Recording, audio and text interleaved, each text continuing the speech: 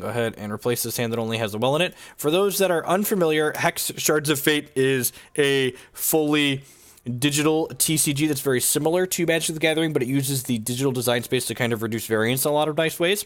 This first resource that I'm playing out here is a great way that reduces variance. So for instance, I'm playing a 2-color deck, but I'm missing my diamond color here.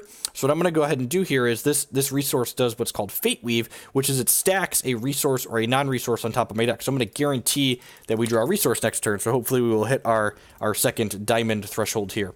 Another great thing that Hex does is we were talking about that awkwardness where, like, when you're playing a fair deck in Magic where you just kind of keep the wrong hand against the wrong type of deck and you just kind of get run out of the game because of it. You can see here on either side of the screen, my opponent and I each have these different portraits, and these portraits aren't just cosmetic. Not only do they determine our starting health totals, but they also often give you information about, like, what type of deck your opponent is likely to be playing. So, for instance, the Bishop Elijah, I know that they're playing Diamond because they need Diamonds to activate their champion power here, and it returns a cheap troop from their discard pile to their hand. So usually they are playing an aggressive Diamond style deck.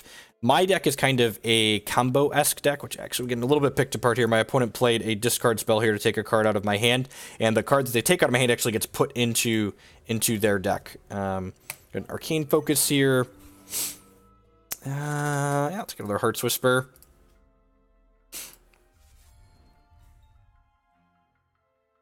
So, what the champion power do here, you can see each of us have this different ability. Each of our things happen to cost 4 what are called charges. Every time you play a resource out, you gain a charge. So, the champion power kind of mitigates flooding a little bit. So, basically, whenever you play some amount of resources, you get to do something. So, in this case, this illuminates, which either creates a little candle dork, or it makes all of the candle dorks that I have larger. My opponent's gotten pretty wide pretty quickly here, though, so it looks like we're just gonna get run out here. Yeah, pretty dead. Let's try a second game here. I would make all of them increase in price. I actually think that our matchup against, like, what our opponent's deck is doing is pretty reasonable. That I actually don't really have any reserves cards that I want to bring in. One of the things that's nice about Hex is, unlike a lot of the digital card games that are out there, their ladder is best of 3. So when you have a game like that one that went right there where I took a mulligan and then stumbled a little bit against my opponent's aggressive draw, I'm not just down and out, I still have a chance to come back and win the match. Which also, again, encourages generally playing a little bit of back and forth as opposed to just trying to go all in and cheese people out of games. Would love to go first. Yeah, seems fine. I've got 3 of these Fate Weave resources. Proceeds to submit starting 60. I mean, reserving's not just great because it lets you edit your deck between games. Reserving is also great because it lets you have a second chance and play best of 3, whereas when one game just kind of doesn't go your way. So another great way that Hex reduces variance in a way that only a digital game can, the opening hands in Hex aren't completely random like they are in Magic, so Hex uses a modified hypergeometric distribution to remove the 10% most resource light hands and 5% most resource dense hands that the shuffler could generate, and basically just doesn't generate them for either player. So basically everyone gets like 15% basically free mulligans, if you would, of hands that are just like wouldn't be keepable ever, because you just wouldn't keep that type of hand because it doesn't make for you to play an actual game. So that card, it's back into my deck now, so I can't show you. Light the Votives creates 1 Candlekin for me, and then it puts itself back into my deck, and the next time I draw the card, Light the Votives is going to create 2 candles, and then 3 candles, etc., and they kind of stack up as they go off. Transmogrifade here is a card that uses a random generation in a way that's often profitable for you, but sometimes occasionally back up. No, it does that continually as you mulligan. All of your opening hands are generated in that same way. So Transmogrifade turns my opponent's troop into a random troop constant or artifact with cost 1 less. So you can see here, I turned my opponent's 3/3 for 4 that makes all of their cards bigger into just this 1/3 for 3 that's much, much worse. So Cosmic Calling here has an ability mechanic called Mobilize, which lets me exhaust or tap or turn sideways one of my troops to reduce its cost by 2. And then I look at the top 3 cards in my deck here, and I get to grab one of the cards out of there, and the card I grab gains mobilized as well. So for instance, instead of paying the 1 for this, I can exhaust this Thunderfield Seer and play it for free. And then we'll grab a Guidance here. This deck that I'm playing is kind of a Storm-esque deck. There's a card called Cyclone Shaper in the deck that takes all of the actions I have, which are kind of like instants or sorceries, and reduces all of their cost by 1, and then it allows us to chain through our deck, drawing a bunch of cards until we can play our card called Psychic Ascension, which generates a bunch of troops for us. This is a pretty powerful hate card against us. It's a 3/2 for 2 that says whenever we play a card, all the other cards in our hand get +2 cost until end of turn. I do not work for the company that makes this. Just enjoy playing it. It has a really good competitive scene. Mostly because they have actual cash tournaments that you can play. And so, like, everyone that plays random CCGX always tells you that their game has a good competitive scene. And what they mean by a good competitive scene is that they have a ladder that you can play on and earn in-game prizes. Hex has 2 $1,000 cash tournaments that you can play every single weekend. The constructed tournament has a $7 entry fee on Saturday, and the sealed tournament has a $15 entry fee on Sunday. Hex has a lot of things that are just like genuinely uniquely different than a lot of the run-of-the-mill Hearthstone rip-off CCGs that are out there, and it's really, really nice and refreshing. Second Wise Magistrate, well, that's a beating. So I have this Runebind to put this one Wise Magistrate in kind of a stasis state, but the second one is kind of rough here. Thankfully, my Candlekins are 2/2s, so I think I'm going to go ahead and Runebind this for now. So what Runebind does is it takes my opponent's card, or whichever card it can target my card to, and it puts it into this mysterious rune form. And basically this stays off to the side of my opponent's board as this mysterious rune until they draw a resource. So it could be there for a couple of turns, or it could just be gone immediately. Consult the Talon's really powerful card. It has triple mobilize, so I can exhaust 3 troops to make it 3 times cheaper. Seems sketchy for gambling. I am not a lawyer. I don't know. All I have to say is, whenever Magic players tell me Wizards of the Coast can't do something because of gambling laws, it's basically always been horse shit. You'll hear Magic players say GPs can't have scaling prizes because of gambling laws, but Pokemon tournaments have scaling prizes. So like, what's the actual truth?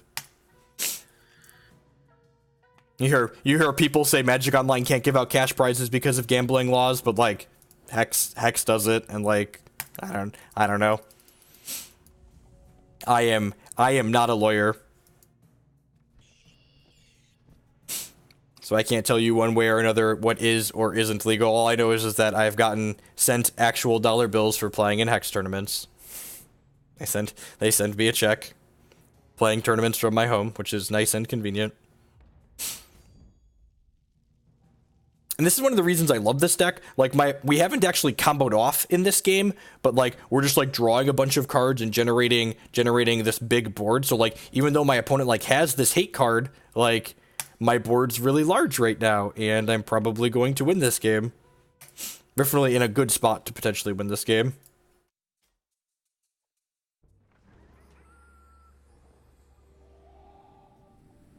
I don't know. I don't work for Hex. I have no financial stake vested in Hex's success or failure. If they fail, I stop streaming it, I guess.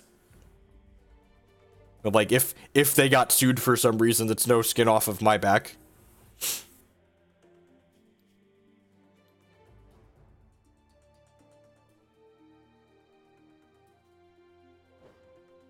This attack's a little aggressive. I'm basically trading my 2/2 for their 1/1, and I guess that's actually kind of bad, because putting this in their bin means they could champ power it back, which gives them a Fate Weave.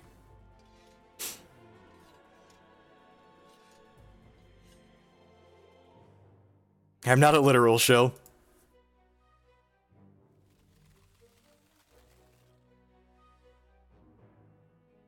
I don't know, I just assume they're talking about gambling laws because that's what Magic players talk about whenever Wizards of the Coast says they can't do something. Can't do that, gambling laws, and it's just like, no, that's actually not how things work.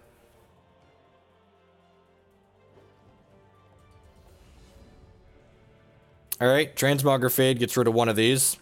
Again, turns it into a different troop with cost 1 less. Guidance, I'm gonna grab a non-resource out of my deck. Hearts Whisper will probably be pretty good next turn. And again, I'm working up to my champion power here, which is going to illuminate and make all of my Candlekin larger.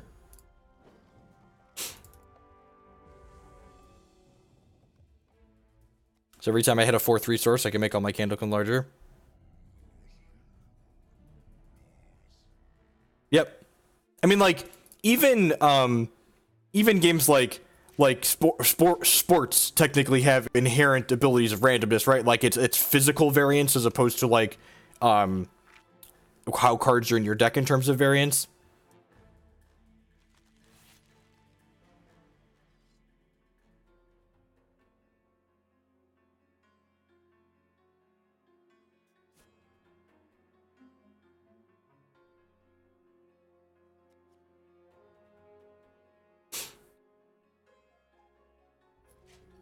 I mean, we call this a digital card game, but like these aren't actually physically cards. They like look like cards, but if in the legal sense, I'd be very surprised if these were considered cards in the legal sense. Again, I am not a lawyer, so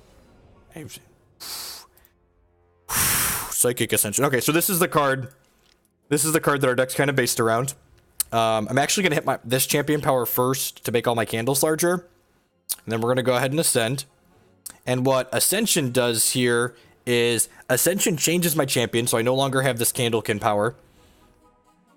And it says whenever I play an action, I get a troop at random with the same cost as that action. So I played this Hearts Whisper, which cost 5, and I generated a 5-cost troop. I'm going to play this Psychic Ascension out here, which generates me this Copycat, which is going to copy this Mad Robomancer. And again, like, my opponent drew their hate card this game, 2 of them, which were very annoying against me, but I'm still just, like, going to beat them down here.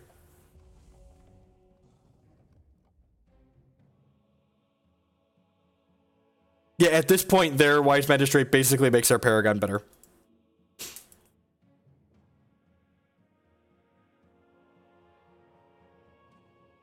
So, like, if you ask my opponent how they wanted their game of Hex to go, like, they'd probably say, I want to draw a bunch of Withering Gazes and Wise Magistrates, and they drew Withering Gazes and Wise Magistrates, and it doesn't look like it's going to be too big of an impact on us here. Because we've seen Wise Magistrates out of them, I might, what's the word I'm searching for? The Roboman is, Flight, Swift Strike, and Fate Weave.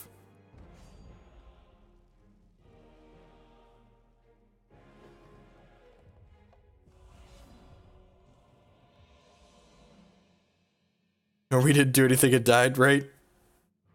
Alright, so my champion power here generates a random action that we have the thresholds to play. Let's go ahead and start with that. Light of Day avoids target opposing card and gives us a daybreak.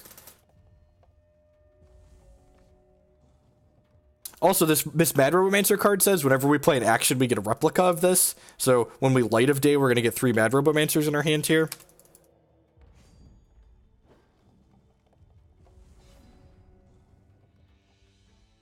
So I'm going to go ahead and... Actually, I really don't care about this Wise Magistrate. I'm just going to avoid this flying guy and then start attacking them with my Mad Robomancers in the air.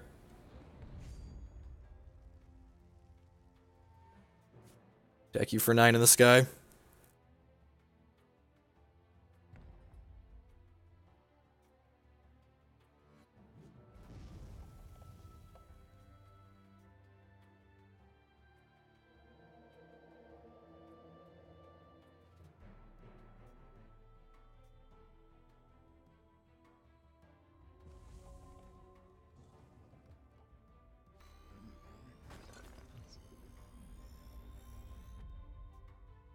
Animus, okay.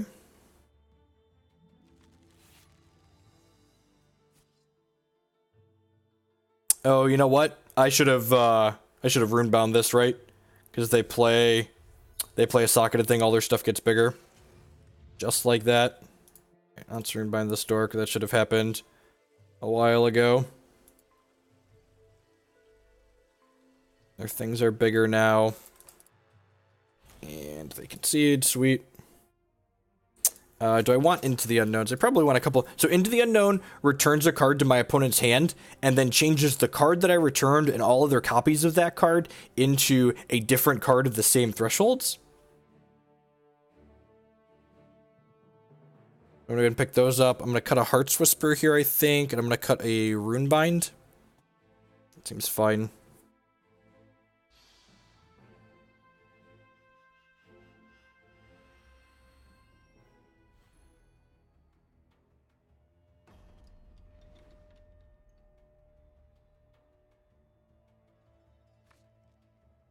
I missed double knots. Oh, do the boards normally get this convoluted in this game, or is it just this matchup? So this deck specifically tends to create a lot of really convoluted board states because the way the Psychic Ascension card goes off, this is a combo deck that's built to play this card very, very quickly. Sounds a little sketchy. If we hit a diamond, it's very good. I think I'm going to keep it because I have a Transmog. Bob's going to tell me I should have mulliganed this and I'm an idiot, but that's just a ladder match, and the ladder matches are free. So, yeah. So, if you own a constructed deck in Hex, and let's talk price, because Magic players are interested in price. So, Hex is a full buy-sell trade secondary market, so you don't have to deal with dusting and buying booster packs and random cards and all that crap. This deck, for instance, costs about $150 to buy outright. This is one of the Tier 1 decks in the current format. The Tier 1 decks vary from season to season. Usually they range somewhere between $80 and $150 to buy outright. There are competitive budget decks that start much cheaper than that. I keep a list of budget Hex decks here, which have a bunch of different options in there. And because the constructed ladder is free to play on and you earn prizes from playing it, you can simply pick up one of the cheap decks and start using it to grind into more regular prizes. Hex is also completely free to play if you want it to be. They have a PvE component where you can just play. You can play with the free cards that you get to start and grind the PvE to earn currency to put money to put towards cards that you would like to earn or like to play with.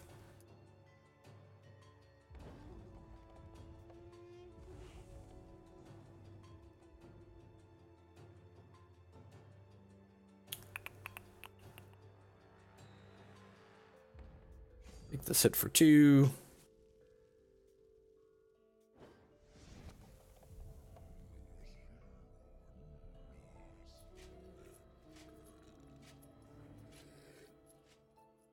Oh yeah, Burgle is certainly asleep. He's one of those functioning contributing members of society. So we're going to play the Cyclone Shaper out. This is the first time I've actually played this card in this match. It makes all of our actions cost 1 less. So Light the Votives and Transmogs and stuff are free. And if we had one more troop in play, this Consult would actually be free because we could mobilize it 3 times here.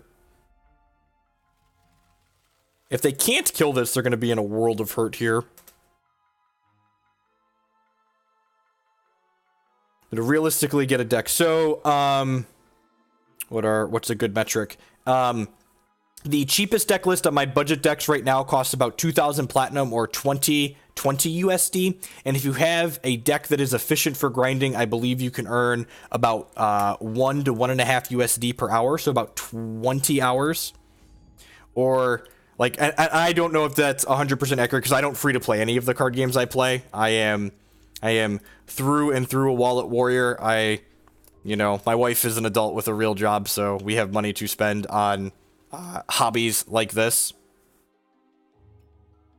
I don't actually know if that number is correct. I would rather lowball an estimate like that for people rather than highball it, but still, it's a lot of grinding, just like every card game is a lot of grinding. It varies season to season what's competitive. The only season that everything was super, super cheap was the season Yodel was legal. So that season, the Yodel was like a tier 2 competitive deck for like $5.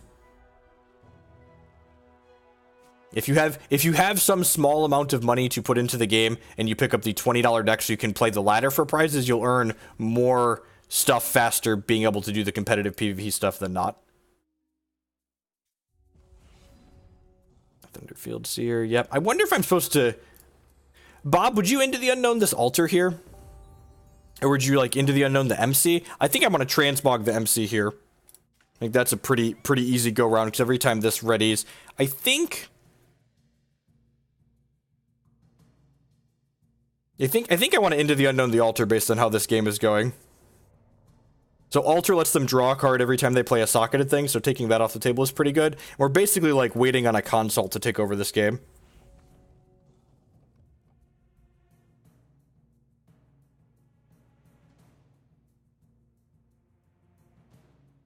Right click. If you right click on a pile of cards, it'll spread them out. So like when all of your cards are stacked up, like when I had those Mad Robomancers last game, if I right clicked on them, it would spread them out.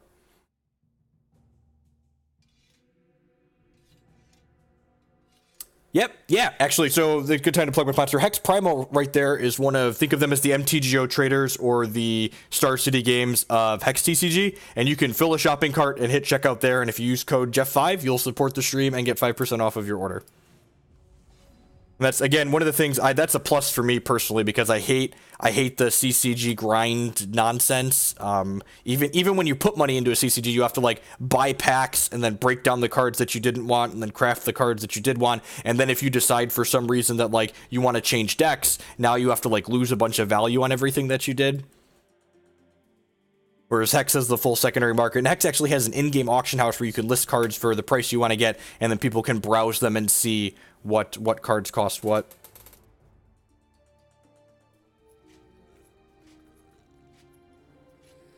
Destined to Lead's just like a one of to enable MC almost certainly, right? If we don't find a card that draws cards here, we're going to be in a little bit of trouble, because they are applying a reasonable amount of pressure here. Our Thunderfield Seer has a Prophecy into our deck, so if we hit that, we might be okay. We're probably going to see... I'm surprised they didn't attack with that. I'm going to go ahead and trade with this 2-1 here, I think.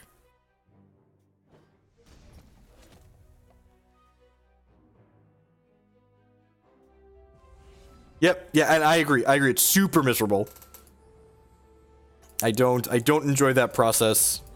Because every crafting system's a little bit different too, so even if you've played one CCG, it's like, well, the crafting system in this one's a little bit different, because you do this thing, and you jiggle the Y, and you access the Z, and it's just like, what is going on? Well, I have 2 Thunderfield Seer Prophecies in my deck now, so hopefully we're going to see that real soon. Yes, it does. That is correct.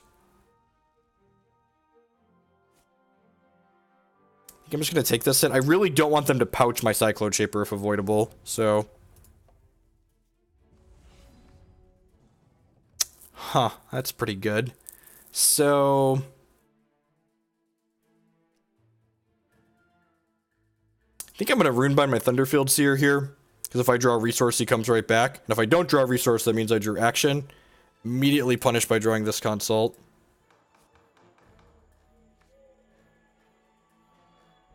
Alright, sweet. That came back. Oh, I got double Prophecies too, because I hit 2. That's nice. Do I want to Into the Unknown this Storko? I kind of do.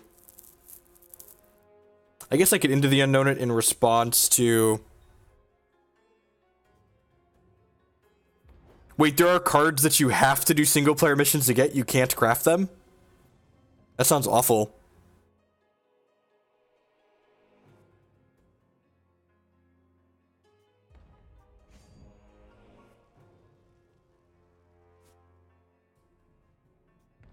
I'm going to block this here. I'm going to Into the Unknown this one. And then I'm going to Runebind this one. And that'll get my Psychic Ascension online for next turn. And then once I have... And then once my Psychic Ascension gets going, it's going to start generating enough random troops so we could, like, flood the board here.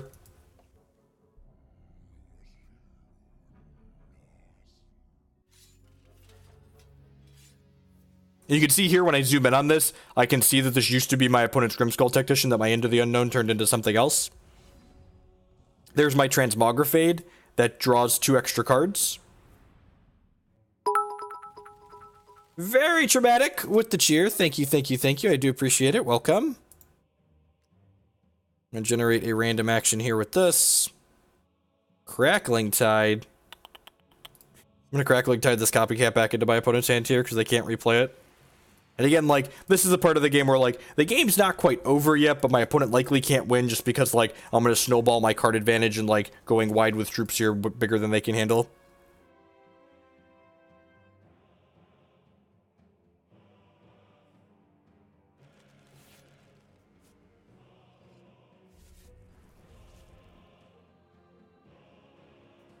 And again, these transmogs are free because normally they cost 1, but my Cyclone Shaper makes them cheaper. I'm going to go ahead and just transmog this Grimskull. It actually doesn't do anything. Whoops. But I really just want to draw 2 cards.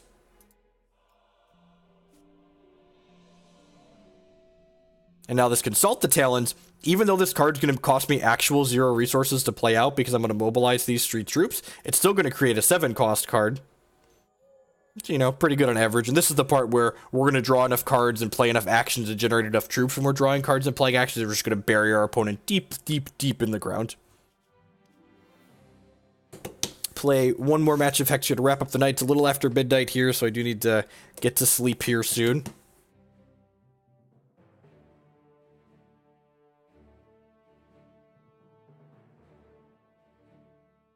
It's weird. The single player thing didn't make money. I don't believe it.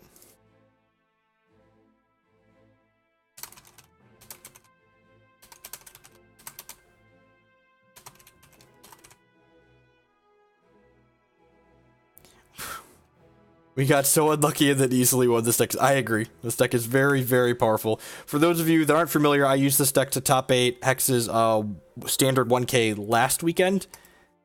So, deck super, super powerful for sure.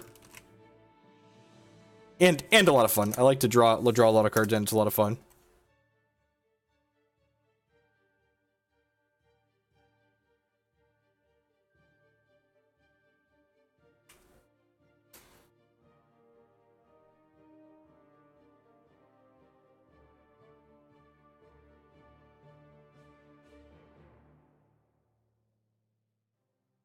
Yeah, I lost, and actually, the match that I lost in the top 8 with this deck was to a 74 card beer match against Bob and Cheese there in chat, who ended up winning the tournament with the deck. So, very powerful and consistent. You just get to see so many cards when you're, like, drawing through your deck that you basically do the same thing every game. And we didn't have any fast Cyclone Shaper starts in that set because our opponent had, like, discard spells and disruptive troops, but occasionally you can, like, start comboing and, like, play the Psychic Ascension card as early as, like, turn 3 or turn 4. Kibler wanted to cast Magic, and they turned him down.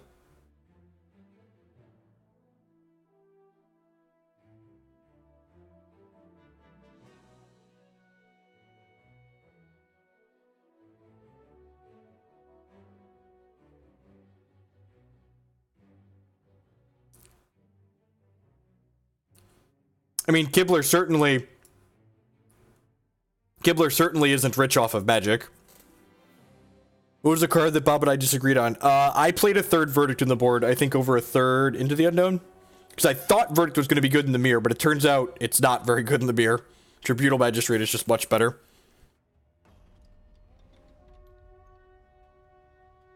Kibler's great. There's just not a lot of money to be made in Magic. Like, compared to, like, Hearthstone money, the money you make doing Magic stuff is a joke. Oh yeah, certainly he's made a lot off of Hearthstone. So this hand is a trap. It only has 1 resource. It's not an ice. I don't have an Arcane Focus or a Guidance to get another resource. So let's just go ahead and mulligan that. This hand is great. So again, you can get information off of what your opponent's playing based on their champion. Slagpot summons a Dreadling for each different underworld troop they control. So generally, Slagpot's a more aggressive champion. Go ahead and play this out and put a non-resource on top of my deck at this point. So because I have 2 Light the Votives here now, my first Light the Votives is going to make 1/1/1. My second Light the Votives is going to make 2 1/1s. And then my turn 3, I can exhaust all of those 1/1s with this Consult the Talon to draw 3 extra cards.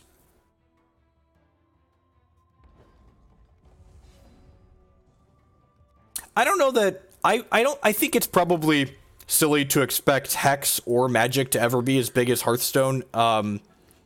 Hex and Magic have a level of depth and complexity that I just, like, don't think will ever be particularly popular.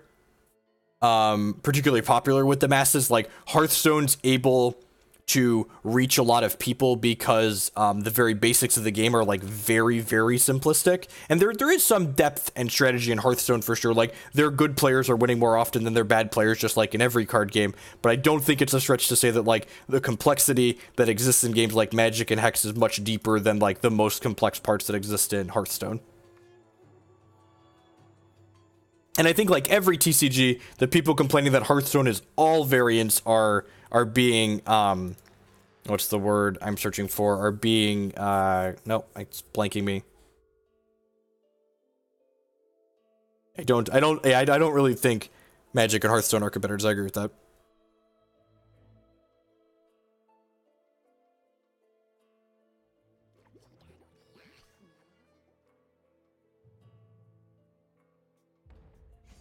No, that's not the word I'm thinking of. I don't know what word I'm thinking of, but that's not it.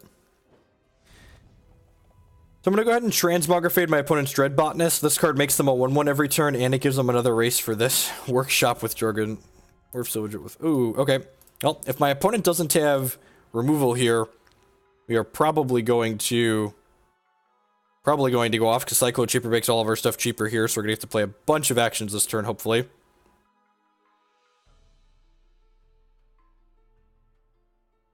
Oh, I messed up here, right? They could have a Runebind here, so I should have played this resource out, so I could Runebind a Runebind.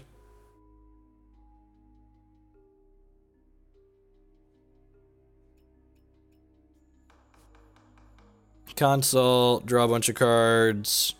I'm gonna play this, and then I'm gonna use... let's just start with Guidance and see what we get. And again, this is a part where, like I was talking, where you can kind of play through your entire deck very quickly with the Cyclone Shaper, and we have a nut Cyclone Shaper start. I'll grab this Guidance as opposed to the Runebind, actually, since I already have a Runebind in my hand, even though that Runebind was prophesized.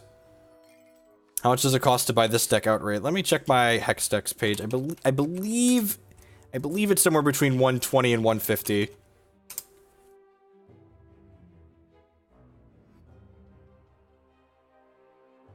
You can budget a few of the cards in the deck for sure. The Transmogrifade card, this is one of the expensive constructed staples. It costs about $8 to $10 a copy. It's come down a little bit because it got reprinted. And the one set, I think, gives me a plat estimate. My deck thing estimates 134. Light the Votives is amazing. Makes me 3 things for free. Is it down to $4? That's super cheap. In comparison to what it was. I would love a Consult the Talons. So we just get to continue comboing off here. Draw more cards. Play more things. Alright, I would like to make a new candle. Hopefully this finds a Light the Votives here. And then we get to Consult again. Very unlucky. Only found another Cyclone Shaper. Yeah, I'm gonna grab this Transmogrifade, I guess. I'm gonna go ahead and Runebind their Jorgen's Workshop here, just so they don't get things next turn. And if I draw Light the Votives, just like that, I get to continue comboing. So we'll make some things, and then we'll Consult and draw 3 more cards. And again, like, I didn't actually get to Psychic Ascension this turn, but I've put a bunch of candles into play, and I have these Runebinds to protect it.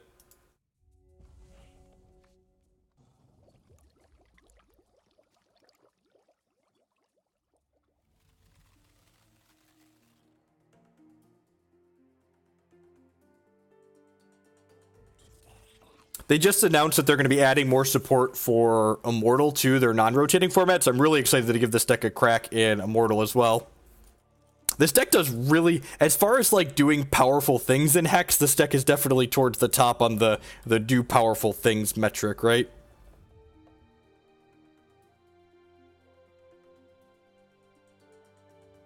That was my turn 4 for reference.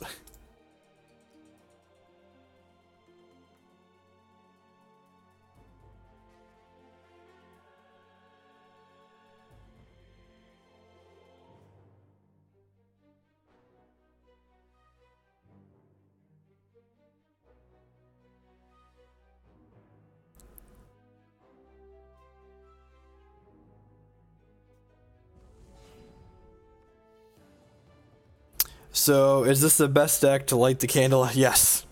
Certainly. Certainly the best Candlekin deck. Not particularly close. Hey, look, there's a Psychic Ascension. So now, every time we play an action, we get a troop.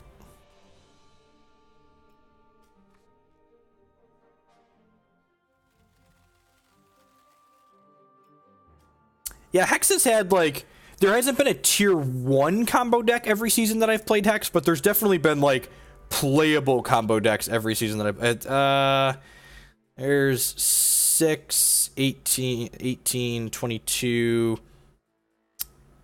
That's 22, 23, 24, 25. So if I Runebind 2 of these things, they're dead exactly. That's how that works, right? I think that's how that works.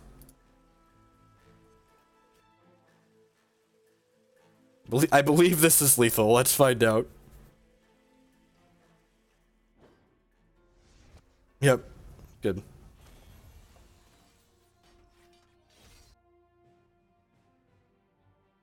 Alright, again, I'm not 100%. My opponent's deck is kind of a brew, and like when you're playing something that's proactive and powerful like we're playing, you often want to just like do less is more when you're reserving, so I'm just gonna go ahead and click submit again until we get a feel for like what hate cards they're bringing in against us and whether or not I want like Into the Unknowns or stuff.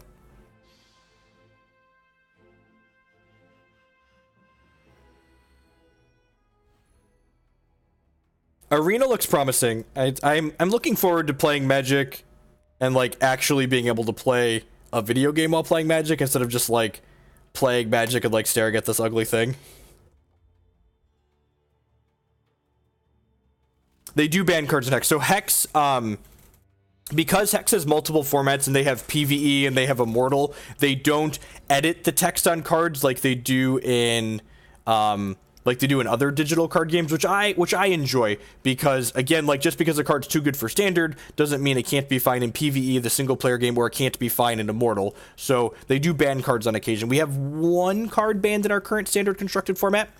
And one of the things, if you're someone holding over from a Magic stream, you're not familiar with everything Hex, if you're a data junkie like me, Hex gives us full data on every competitive match that's played in Hex ever. There's a website called hexpvptools.com where you can see every ladder match that's played. As soon as they finish, they post both decks in real time.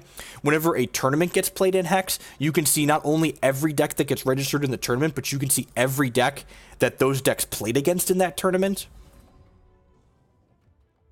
Oh yeah, Titania's Majesty is technically still legal. That's fair.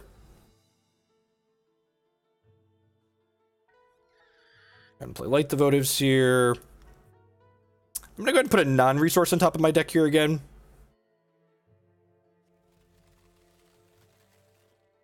It is the exact and it's refreshingly opposite, right? Like the data phobic thing is just so miserable. It's like as someone who wants to like brew and design new decks, it's so much easier to design a new good deck when I know like exactly what I'm supposed to be working against. Like, okay, these are the powerful things, and I'm not just like guessing that these are the powerful things. I can like look at the results and like objectively know that like these things are good.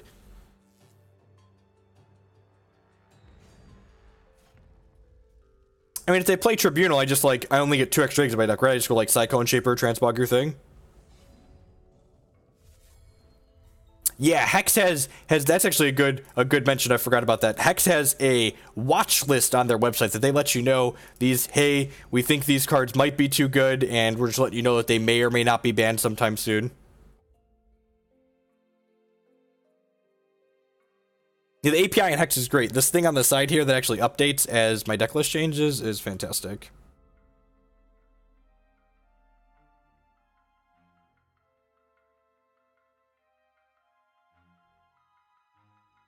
Why would Wizards not give out? Because so this is actually really cool. So this Runebind card's really flexible. We use this in one of the other games to delay my opponent's card.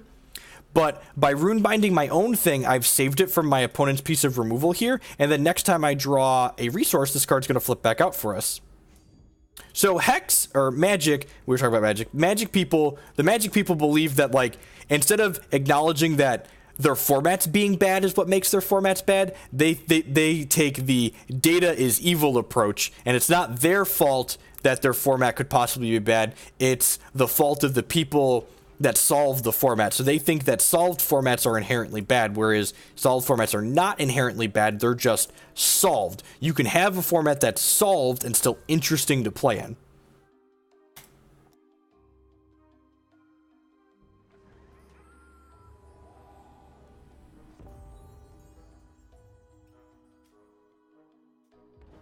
So again, we're kind of just like waiting on a card that can generate some card advantage for us to snowball our advantage.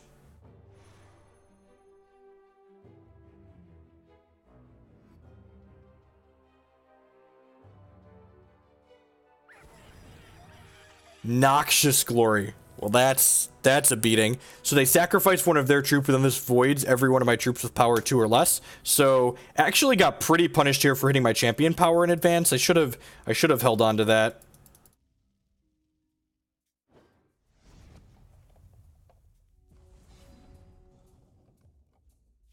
That was kind of a beating. Not having my champion power to have something to mobilize with could really come back to bite us.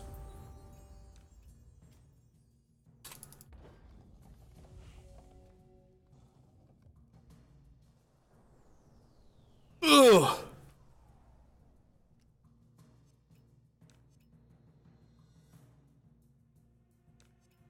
So this card costs 1 less to play for each troop in all crypts, and it makes your opponent discard their entire hand. So there were 6 troops in crypts, so it cost 10 to start, and it only cost them 4 to play out.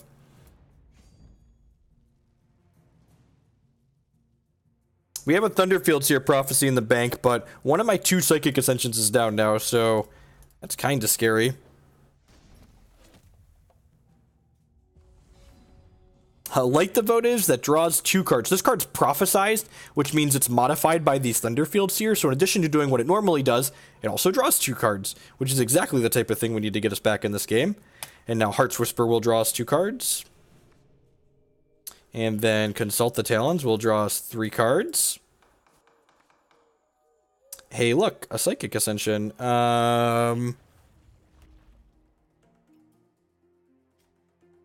Let me go ahead and Cosmic Calling here. Grab a Guidance. I'm going to go ahead and Transmogrifade this Warp Steel Shard Sworn here, which then lets me cast my Psychic Ascension, which then lets me cast my Guidance and make a guy.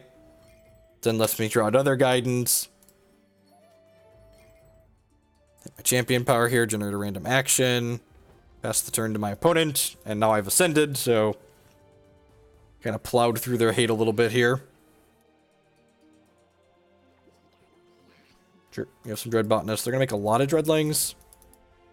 I want to Transmogrifade one of these, actually. And again, we talked about this generally being a downgrade. I turned their 1-2 into a 4-3, which is, like, kind of scary, but I can cripple that.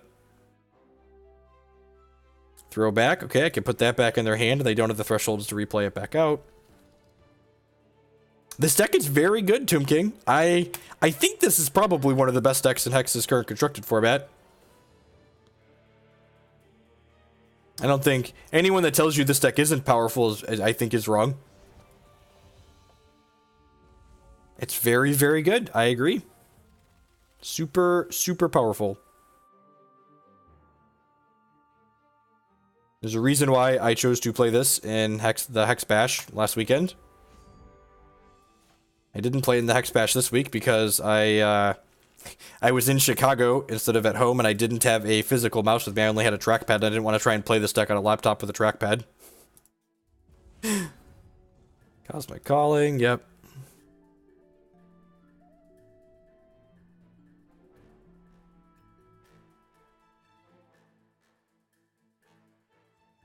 Just from the current format. So in Standard, it only generates standard legal cards.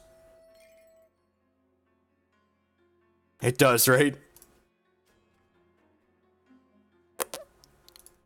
Transmog that one. Arrgh.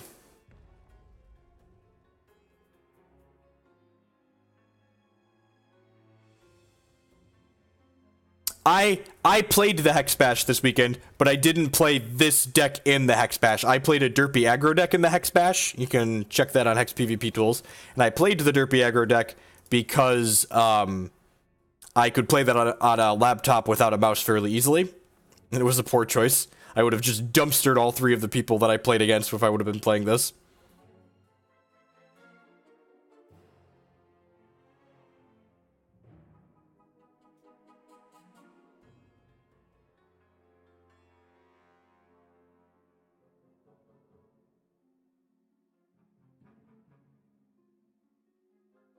Yeah, actually, so these 2 cards here in my hand, this is a quick action, so I can play, so you can see on my opponent's turn here, whenever they do something, it kind of goes on this chain in the middle, they call it, and I have the chance to respond back and forth to things that my opponent does when they go on the chain, and I can respond with quick actions or quick troops.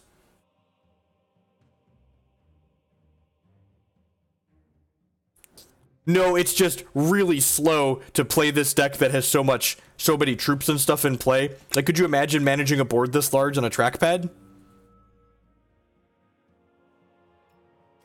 Does not sound pleasant.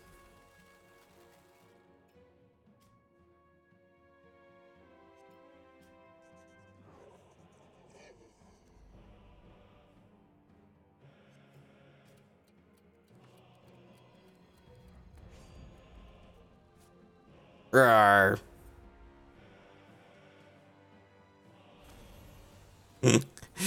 Alrighty, I'm gonna go ahead and call it a night, folks. It's almost 1 a.m. here. Thank you everyone for watching that. I hope you enjoyed a little bit of Turbo PA to wrap up the evening. I'll be back on Tuesday morning with some more Magic rolled into some Hex afterwards, and then my next full all Hex stream is Wednesday mornings. As always, I'll be on about 8:30 Central Standard Time. We'll play for 3 or 4 hours then. Thanks everyone, and have a good evening. Hope everyone had a great weekend, and have a good start to your week.